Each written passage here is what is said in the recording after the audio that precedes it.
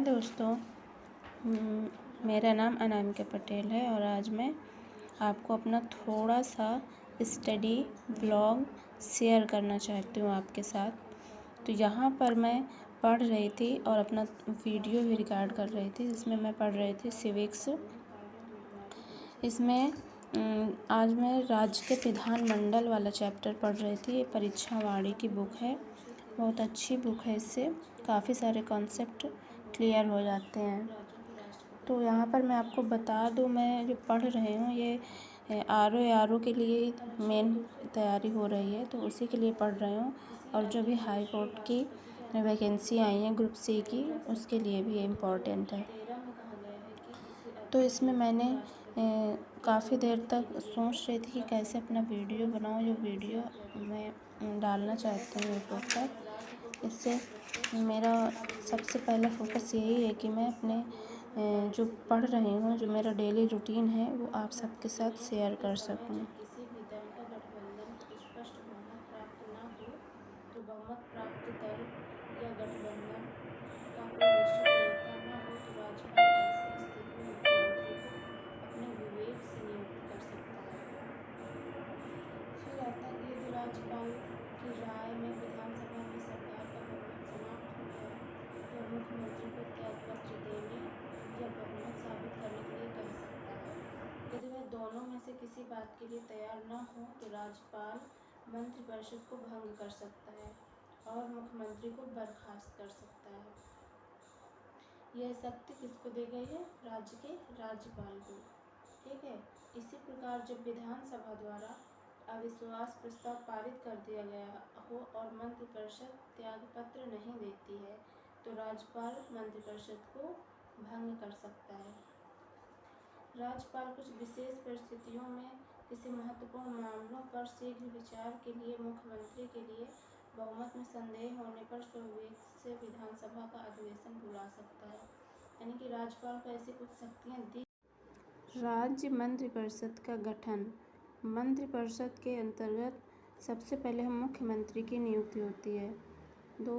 मुख्यमंत्री की नियुक्ति कैसे होती है? मुख्यमंत्री की नियुक्ति राज्य मंत्रिपरिषद के गठन का प्रथम चरण है, जिसमें अनुच्छेद 164 में कहा गया है कि मुख्यमंत्री की नियुक्ति राज्यपाल करेगा और अन्य मंत्रियों की नियुक्ति राज्यपाल मुख्यमंत्री की सलाह से करेगा। तो अनुच्छेद 164 में कहा गया है कि मुख्यमंत्री की नियुक्ति कौन करेगा? राज्यपाल। और राज्यपाल जो अन्य मंत्रियों की नियुक्ति होगा वह मुख्यमंत्री की सलाह से करेगा। ये इम्पॉर्टेंट है। इस संबंध में सुस्थापित परंपरा यह है कि राज्यपाल द्वारा राज्यों की विधानसभा के बहुमत दल के नेता को मुख्यमंत्री पद नियुक्त किया जाता है, लेकिन यदि किसी दल को यह स्पष्ट बहुमत प्राप्त न हो अथवा बहुमत प्राप्त दल विभिन्न दलों का कोई निश्चित नेता न हो तो राज्यपाल मुख्यमंत्री की नियुक्ति में अपने विवेक का प्रयोग कर सकता है।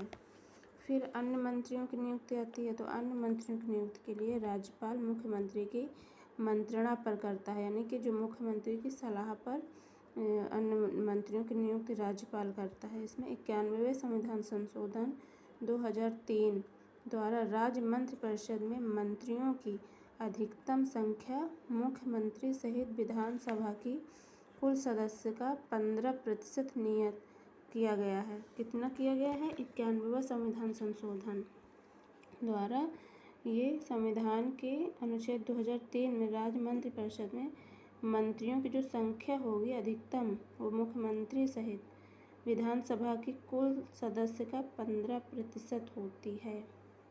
15% विधानसभा की कुल सदस्य का होता है। कम से कम 12 मंत्रियों का प्रावधान है, इस संवैधानिक संशोधन में किया गया है।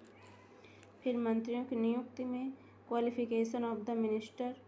मंत्रिपरिषद के सभी सदस्यों के लिए आवश्यक है कि वे विधानमंडल के किसी सदन के सदस्य हों, परंतु मुख्यमंत्री किसी ऐसे व्यक्ति को मंत्रिपरिषद में शामिल कर सकता है जो विधानमंडल का सदस्य नहीं है, किंतु शर्त यह है कि वह 6 महीने के भीतर विधानमंडल का सदस्य प्राप्त करना आवश्यक है।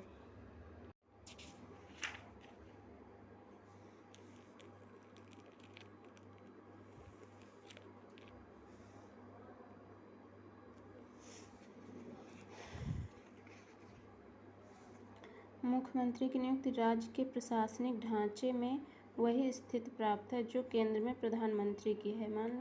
मतलब कि जो राज्य में मुख्यमंत्री की वो स्थिति है जैसे कि केंद्र में प्रधानमंत्री की है। ये मुख्यमंत्री अनुच्छेद 164 में मुख्यमंत्री की नियुक्ति के बारे में कहा गया है। राज्यपाल विधानसभा के बहुमत दल के नेता को मुख्यमंत्री पद पर नियुक्त कर सकता है, यानी जो जिस दल का बहुमत ज़्यादा होता है उसी दल के नेता को हम मुख्यमंत्री बनाते हैं। प्रथम विधानसभा में किसी एक राजनीतिक दल को स्पष्ट बहुमत प्राप्त न हो और एक से अधिक दल मुख्यमंत्री पद के लिए दावे कर रहे हों तो द्वितीय जब विधानसभा के बहुमत दल का कोई सर्वमान्य नेता न हो, मुख्यमंत्री विधानसभा का सदस्य होता है। इस तरह ये 6 महीने के भीतर विधानसभा की सदस्यता प्राप्त करना आवश्यक है। ये ज़्यादा इम्पोर्टेंट नहीं है। तो हम आते हैं उत्तर प्रदेश के प्रमुख मुख्यमंत्री। तो सबसे पहले मुख्यमंत्री कौन थे? सरदार गोविंद बल्लभ पंत। गोविंद बल्लभ पंत जो थे ये प्रथम उत्तर प्रदेश के क्या थे? मुख्यमंत्री थे। फिर आए डॉक्टर संपूर्णानंद, दूसरे मुख्यमंत्री बने। चंद्रभानु गुप्त तीसरे बने। श्रीमती सुचेता कृपलानी ये चौथी मुख्यमंत्री और पहली और भारत की फर्स्ट महिला मुख्यमंत्री थे। फिर आते हैं चौधरी चरण सिंह। फिर राष्ट्रपति शासन लागू होता है 25 फरवरी 1968 से 1969 तक। फिर चंद्रभानु गुप्त ये 1969 से 1970 तक। फिर चौधरी चरण सिंह बनते हैं, ये सिर्फ 17 फरवरी से 2 अक्टूबर तक बनते हैं। फिर राष्ट्रपति शासन लागू होता है। तो राष्ट्रपति शासन कब कितनी बार लागू हुआ ये हम देखते चलेंगे। फिर त्रिभुवन नारायण सिंह बनते हैं, कमलापति त्रिपाठी। फिर राष्ट्रपति तीसरी बार राष्ट्रपति लागू होता है 1973 में से 12 जून से 8 नवंबर 1973 तक राष्ट्रपति शासन।